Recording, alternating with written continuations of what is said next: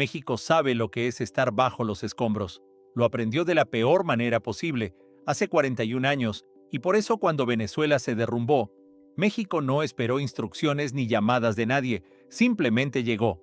Esta es la historia real, con los datos verificados de lo que pasó y de por qué México respondió como respondió. El miércoles 24 de junio de 2026, a las 18:04 hora local, un terremoto de magnitud 7,2 sacudió el estado de Yaracuy, en el centro norte de Venezuela. Apenas 39 segundos después, llegó un segundo movimiento, todavía más fuerte, magnitud 7,5, el más potente que ha golpeado a Venezuela desde 1900. Los científicos lo llaman doblete sísmico, dos rupturas de falla liberando energía casi al mismo tiempo.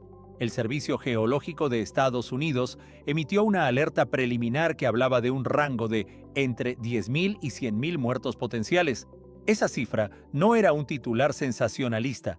Es el tipo de estimación automática que se genera en las primeras horas después de un sismo de esa magnitud, antes de que exista información real sobre el terreno. Y aquí es donde toca ser honestos con los datos, porque la cifra ha seguido subiendo desde entonces, y hay que decirlo con el respeto que merece cada una de esas vidas. El primer balance oficial habló de 32 muertos. Horas después subió a 164, al día siguiente 235. Para el fin de semana superaba los 900 y para el 2 de julio, según el propio presidente del Parlamento venezolano, Jorge Rodríguez, la cifra ya superaba los 2.295 fallecidos y 11.267 heridos, con más de 6.400 personas rescatadas con vida de entre los escombros por más de 4.000 rescatistas de distintos países. La Guaira fue declarada zona de desastre. El aeropuerto Simón Bolívar cerró por daños estructurales. Cientos de edificios colapsaron solo en Caracas y sus alrededores. Mientras Caracas todavía temblaba con las réplicas, la presidenta Claudia Sheinbaum publicó algo que no sonó a protocolo diplomático. Dijo: "México siempre es y será solidario, nuestra solidaridad con el pueblo de Venezuela". Y detrás de esas palabras ya había instrucciones concretas a la Secretaría de Relaciones Exteriores y a la Secretaría de la Defensa Nacional. A las 14:30 horas del jueves 25 de junio, dos aviones de transporte estratégico de la Fuerza Aérea Mexicana despegaron desde la base aérea de Santa Lucía, en el Estado de México, con destino a Caracas. ¿Qué llevaban esos aviones? Un contingente de 261 efectivos, 240 del Ejército, 11 de la Fuerza Aérea y 10 de la Guardia Nacional, entre médicos, camilleros, enfermeros y personal especializado en búsqueda y rescate en estructuras colapsadas. 18 binomios caninos entrenados específicamente para detectar personas con vida bajo el concreto. 4,4 toneladas de herramientas y equipo de rescate y 2,7 toneladas de insumos médicos.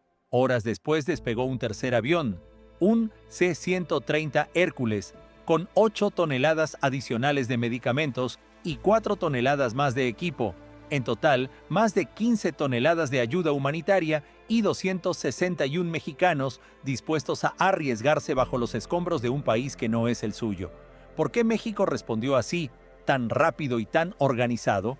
La respuesta está en una fecha que México no olvida: el 19 de septiembre de 1985. Un terremoto de magnitud 8,1 derrumbó buena parte de la Ciudad de México en menos de 2 minutos. El gobierno de entonces no se dio abasto, y fueron los propios vecinos de Tlatelolco los que salieron a la calle con picos, palas y las manos desnudas a buscar a sus vecinos entre el concreto. A ese grupo de voluntarios la gente empezó a llamarlos los topos. 41 años después, esos mismos topos Tlatelolco están hoy desplegados en Venezuela, y en la primera semana de julio incluso pidieron voluntarios en México para ayudar a clasificar y enviar más ayuda humanitaria. Eso no es política exterior, eso es memoria colectiva convertida en acción.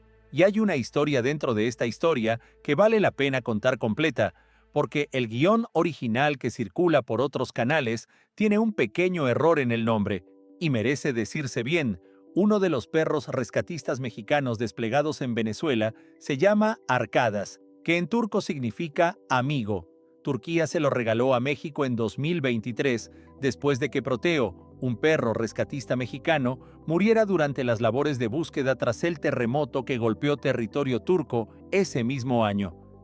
El gobierno turco incluso levantó una escultura en honor a Proteo antes de entregarle a México a este cachorro pastor alemán, cuyo nombre se eligió por votación popular entre más de 45,000 personas. Arcadas está ahora en su primera misión internacional en Venezuela, continuando exactamente el mismo trabajo por el que Proteo perdió la vida. No fue el único perro con una historia que contar. Max, otro binomio canino mexicano, ayudó a rescatar a 7 personas antes de resultar herido y tener que regresar a México para recuperarse. Ambicioso y Consejera, 2 perros del Batallón para Atención de Emergencias, trabajaron más de 11 horas ininterrumpidas hasta lograr sacar con vida a un niño de 9 años en La Guaira. Cada uno de esos nombres representa horas de entrenamiento, un guía, un veterinario y la misma lógica que nació en Tlatelolco en 1985. No dejar de buscar mientras haya una mínima posibilidad de encontrar vida.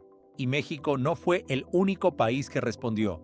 El Salvador envió alrededor de 300 rescatistas en varios vuelos. España desplegó 137 rescatistas y perros de su unidad militar de emergencias. Argentina mandó personal médico, equipos de búsqueda y hasta plantas potabilizadoras de agua. Estados Unidos confirmó el despliegue de equipos de búsqueda y rescate y más de $150 millones en asistencia. Francia, Suiza, Alemania, Colombia, Ecuador, Reino Unido, República Checa y varios países más también movilizaron equipos. En total, se contabilizaron al menos 44 equipos de búsqueda y rescate urbano trabajando en Caracas, La Guaira y otras zonas afectadas. Es importante decirlo así de claro.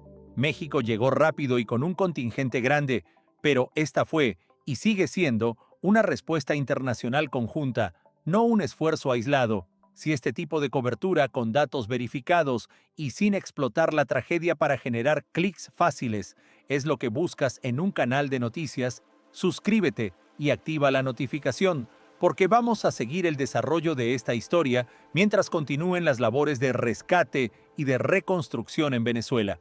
Hay una pregunta que vale la pena hacerse al cerrar esta historia, y no tiene que ver con política ni con protagonismo entre países. Tiene que ver con lo que le pasa a una sociedad cuando atraviesa una tragedia de la magnitud del 85. ¿Se puede convertir ese dolor en algo que después salva vidas ajenas, 40 años después, en otro país? Los topos Tlatelolco, Arcadas, Max, Ambicioso y Consejera son cada uno a su manera una respuesta a esa pregunta. ¿Tú qué opinas? ¿Qué tanto de la identidad de un país se forma a partir de las tragedias que ha vivido? Déjalo en los comentarios y por favor, si quieres apoyar a las familias afectadas en Venezuela, revisa los canales oficiales de ayuda humanitaria antes de donar a cualquier colecta.